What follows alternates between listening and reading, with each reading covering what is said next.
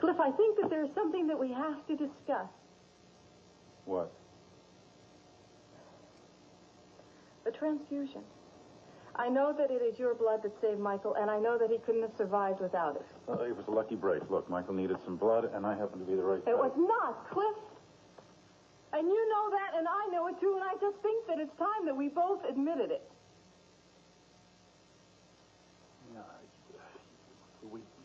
Cliff, I didn't want to face this.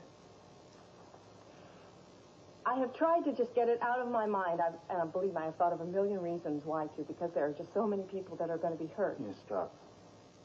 We don't have to have this conversation. Oh, yes, we do. Because, you see, it's just a little piece of the truth.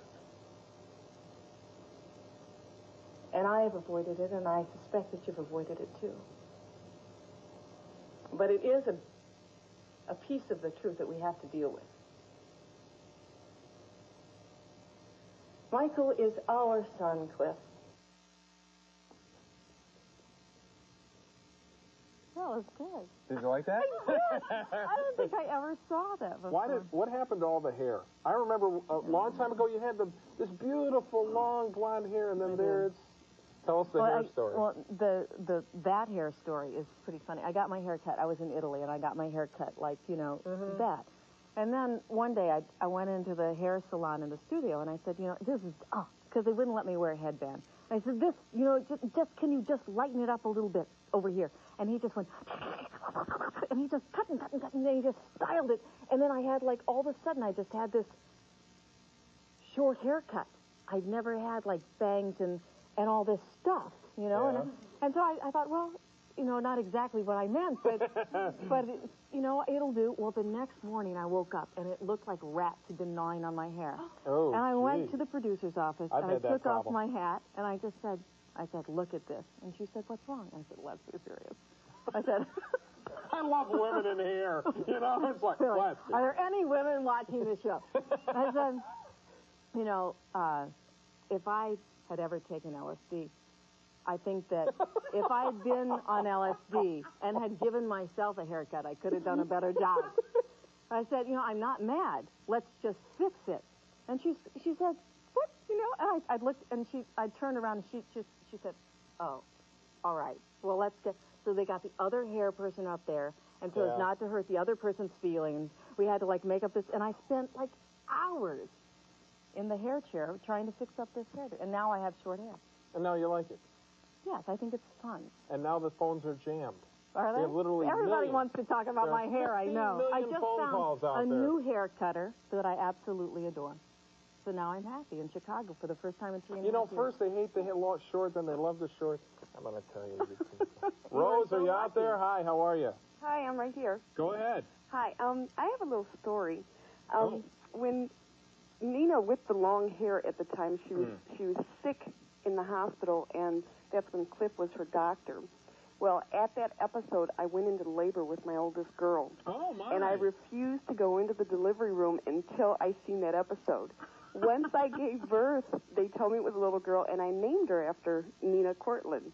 Did you? She's right here. She's 11 years old now, and she would really like to say something really quick to you. She's 11. Now, you don't want to say how old she is. Really? She's 5 now. Hi. Hi, Nina. Hey, I just wanted to say hi because I'm really excited because my mom's told me this story ever since I was little. Oh, this is great. That is so cool. I'm really excited and stuff because I finally get to see who I'm named after. Well, Nina, start lying about your age, please.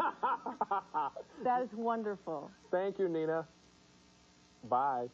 Boy, this next caller's got a lot to top there. Really? Bonnie, hi, how are you? Story. Hi. Go ahead.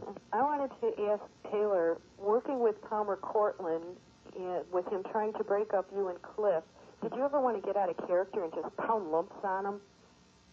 No. Yeah, but I mean, it goes on and on. That's what I was saying earlier. Well, Good now, question, Bonnie. I don't want to pound him. I just, I'd much rather pound the writers or the producers or something like that. James himself, no. I think he is one of the funniest people on daytime. I really do. He is the one who taught me how to find something funny in a bad script. And so, you know, it's like we used to just play and play and play with stuff. And no, I couldn't ever hit my dad.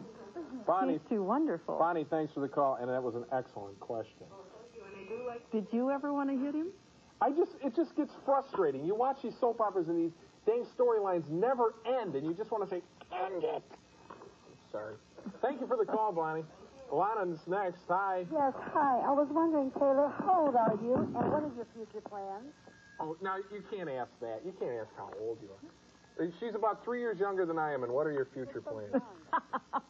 My future plans? I don't know. I'm kind of taking that one day at a time. I, again, do voiceovers here in the city of Chicago, and I audition for nighttime stuff and for movies, and I don't know what's in store for me.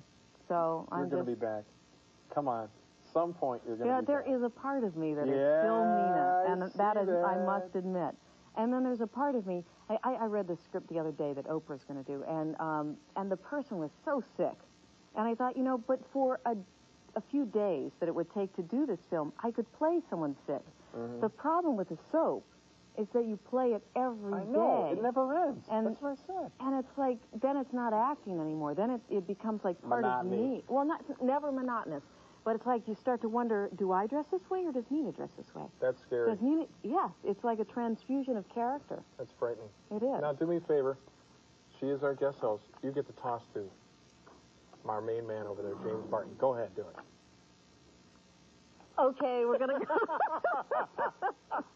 go to James, Mr. Handsome Barton. Whoa! Amen.